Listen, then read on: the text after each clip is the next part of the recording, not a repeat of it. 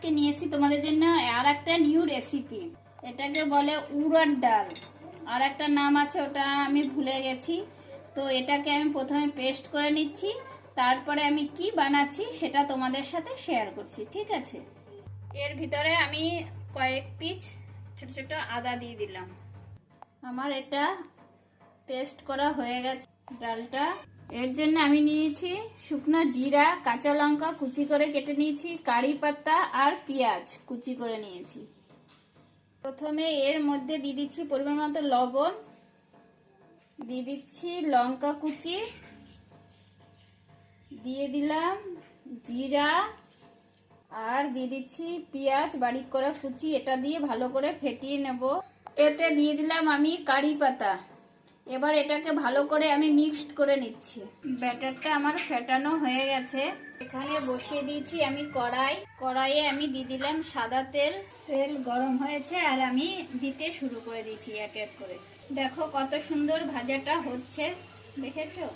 এগুলো খেতে কিন্তু দুর্দান্ত লাগে। এই দেখো কত সুন্দর হচ্ছে।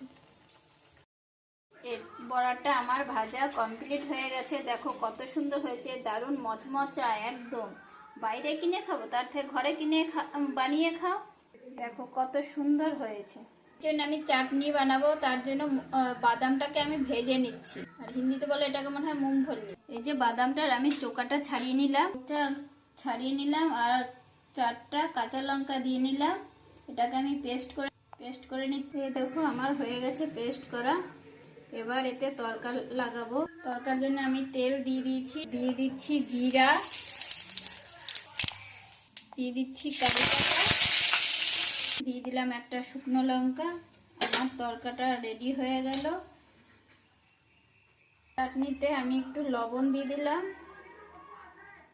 লবণ না দিলে টেস্টটা ভালো আসবে না। এবার তরকাটা দিয়ে দিচ্ছি চাটনিতে। তরকাটা আমার দেওয়া হয়ে গেছে, দেখো রেডি হয়ে গেছে। এবার চাটনি দেখো কেমন হয়েছে, তোমরা কমেন্ট করে বলবে।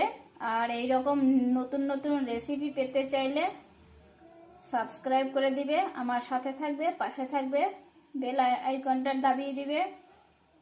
Tata, bye bye. তোমরা সুস্থ থাকো, ভালো থাকো।